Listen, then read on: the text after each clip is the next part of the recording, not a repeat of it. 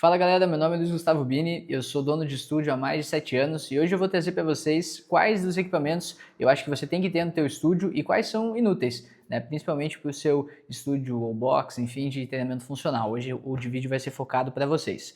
Então vamos lá.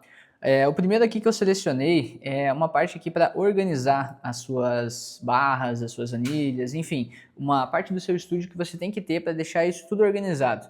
Aquele estúdio quando a gente chega e tá tudo jogado no chão e, sei lá, uma coisa meio amadora, para o aluno isso é muito ruim. Às vezes o seu professor não liga tanto, às vezes ele tá ali no meio da aula e ele não se importa tanto com isso, mas você como dono de estúdio tem que se importar e tem que ter, aqui na parte do tem que ter, essa parte do seu estúdio de organizar suas barras, suas anilhas e tudo mais. Obviamente a gente tem que também ter anilhas, né, para a gente fazer os movimentos aqui dentro dos nossos estúdios, porque a anilha é muito versátil, você consegue fazer exercícios só com ela, exercícios em barra, e é muito boa também para você ter uma gama maior de exercícios que você consegue fazer dentro do seu estúdio. Se você fosse. Você quer gravar daquele modelo que um fala, o outro fala também? Ou você sozinho? Quando você achar pertinente. É porque isso talvez seja legal gravar em dois. O lance dessa gravação, quando tem, pelo menos o que eu vejo lá no Raul lá, tipo, ele tá falando e daí o cara fala assim, pô, isso aí? Tipo, não é combinado, entendeu? Tipo, Não, assim, eu pensei agora que você podia falar sobre quantos de anilha tem que ter. Ah, então, daí você me interrompe e fala assim, pô Luiz, mas e aí, quanto de anilha eu tenho que comprar? Só pegar o microfone então que me pergunta. Quando você pensar, daí fala. Não tem muita regra. Essas chaves aqui não estão pegando? No vídeo? Não, Não? mas tem por causa da. E ainda mais essa câmera vai ficar pequenininha. É. Mas ela não pega. Só não pega quase nada da mesa.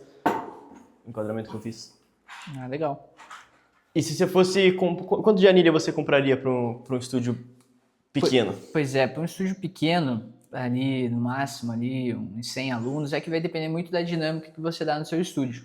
Se for um estúdio de musculação aqui dentro do nosso espaço, a gente começou com 600 quilos e foi uma coisa bem tranquila.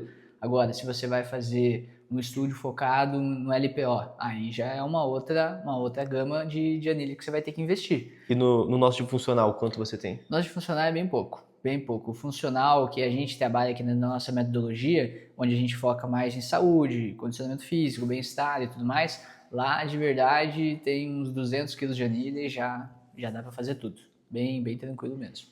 Mesma coisa, mesma linha para os halteres, tá? Mas eu vou colocar aqui no vale a pena porque dá para fazer sem os halteres, tá? Os halteres ali eles ajudam, deixam mais confortável, né, para fazer alguns movimentos.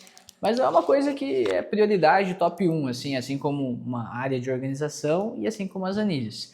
A barra com as anilhas, né, a gente coloca no tem que ter também, obviamente, para complementar.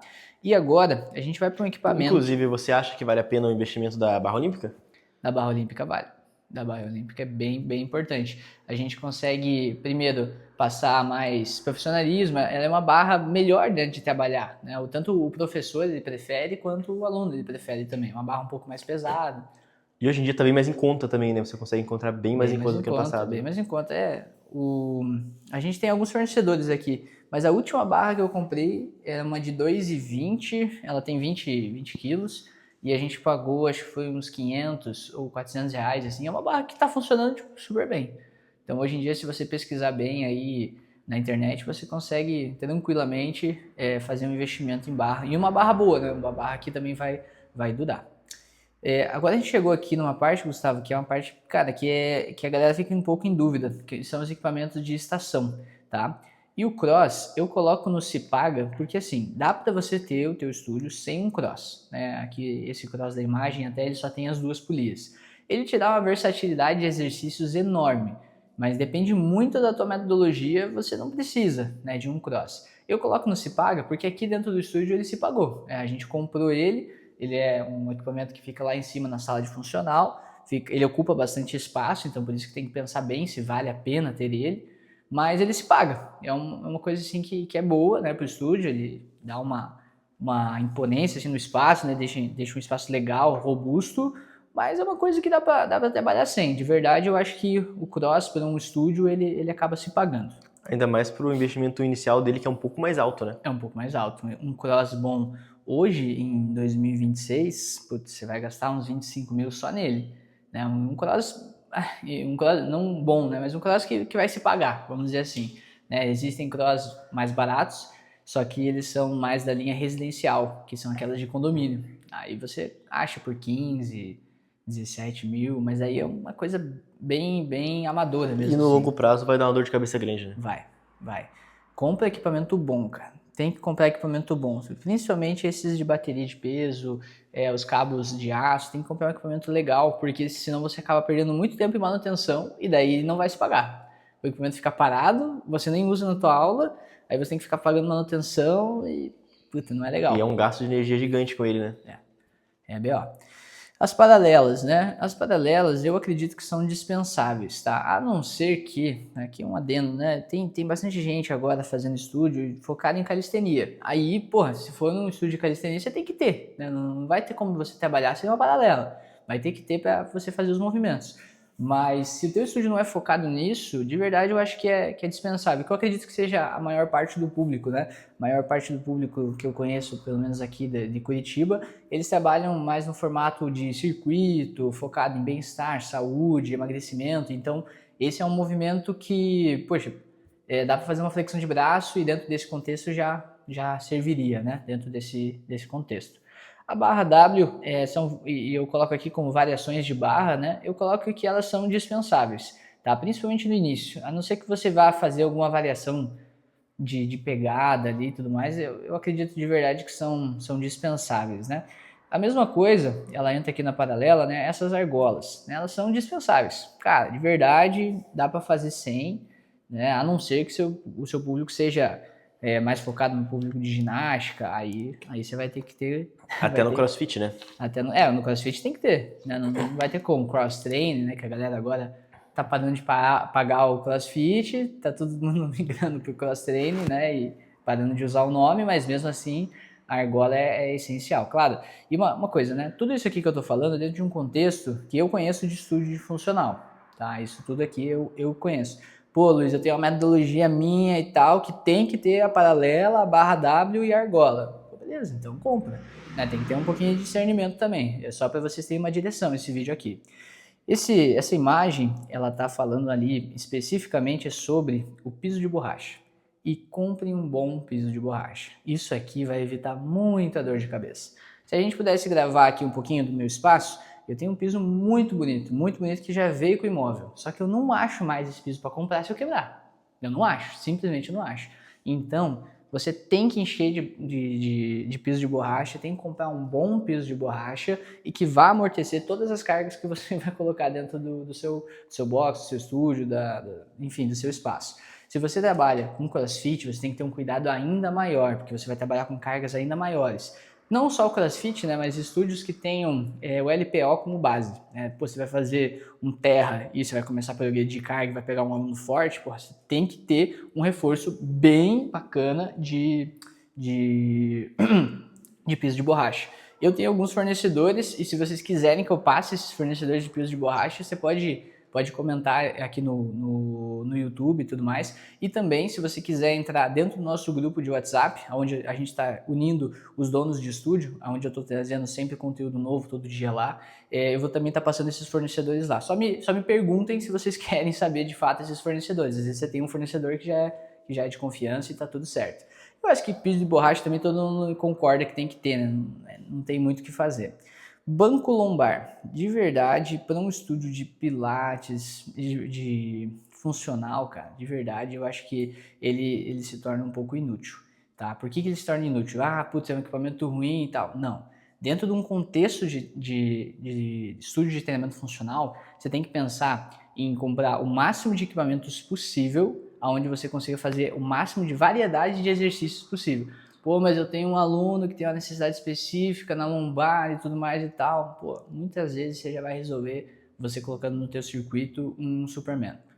Isso aí você já consegue resolver. E para musculação compensa muito, né? Na musculação daí já compensa Inclusive, bastante. a gente consegue ver atrás de você. Dá pra ver ele ali, ó. Tá lá.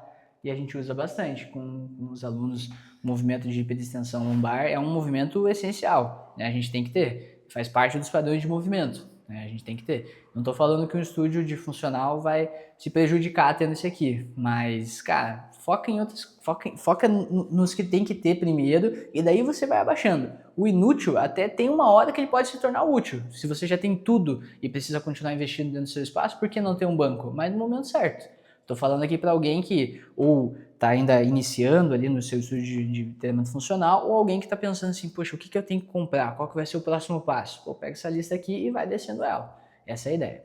Kettlebell vale a pena, de verdade vale a pena. Eu coloco na mesma linha aqui do halter, porque é um movimento que pô, dá pra fazer muita coisa com ele. Tem curso só de kettlebell. Se você fizer um curso de kettlebell, você aprende dezenas de movimentos muito bacanas para você estar implementando aí para dentro do seu espaço. Tem metodologias de treino só com kettlebell, inclusive. Só com kettlebell, é bem massa. Tem esse aqui também, que é uma máquina de paralela, que eu também coloco que é dispensável ou até no inútil aqui, porque dentro desse momento, eu acho que dentro desse estúdio que a gente está escrevendo aqui dentro do vídeo, eu acho que não precisa. Tá? A mesma coisa a barra, cara, dificilmente você vai estar usando a barra, falando um pouco do nosso público do funcional, dificilmente a gente coloca uma barra fixa, a não ser quando a gente está... a não ser quando a gente está num momento ali que a gente queira trabalhar um bloco de força, né, e tudo mais, eu acho que é um movimento muito importante, só que se tiver essa barra aqui, ó, junto do cross, aí já o cross começa a ficar interessante. Se o teu cross tem uma barra fixa, se o teu cross tem uma barra igual essa aqui, um Smith, aí esses três juntos, aí já começa a valer a pena. Ele sai do CIPAG e começa a valer a pena, porque você consegue fazer muito mais exercícios dentro do mesmo aparelho. E tem alguns que vem com organizador ainda, né? E alguns com organizador. Aí tem que ter. Se você conseguir ter um cross que tem um organizador, a barra do Smith, as duas polias e um espaço para colocar os elásticos e tal, é isso que eu acredito que é a base de um bom equipamento para um estúdio. Você tem que fazer o máximo possível, porque a academia é um lugar muito grande e eles têm que lotar de equipamento, porque tem muita gente trabalhando no volume. O estúdio de funcional, ele é um estúdio que dá para fazer muita coisa livre, primeiramente. Então, quando você vai fazer um investimento em aparelho, você tem que fazer o máximo de aproveitamento dentro daquele aparelho. Então, por isso que eu coloco aqui no CIPAGA, né, esses três separados, mas esses três juntos, aí ele já começa a valer a pena. Não acho que tem que ter, né, dá para se virar sem, mas se você tiver a possibilidade de fazer um investimento um pouquinho maior, aí você já vai, não vale a pena. Os elásticos, de modo geral, os TheraBands, eu de verdade coloco como vale a pena porque é muito barato e você consegue ter uma gama de exercícios enorme do que fazer. Não só relacionado a emagrecimento, aquela coisa e tal que os alunos muitas vezes procuram, mas exercícios relacionados a fortalecimento, a mobilidade. Eu acho que o elástico é uma coisa que vale muito a pena.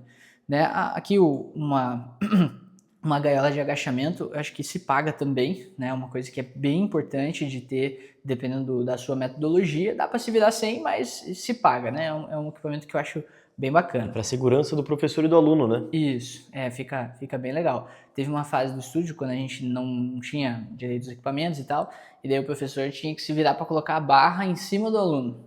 Daí gerava um puto estresse, né? Só podia contratar profissional de LPO, né? A gente fez isso tipo uma, duas vezes e falou, cara, esquece, tipo, já retira porque não vai rolar, fazer desse jeito não vai rolar. A esteira, né, dentro desse contexto aqui, eu acho que é um equipamento que se paga também. Por que todos os equipamentos maiores, né, e o de investimento um pouquinho mais alto estão aqui, ó?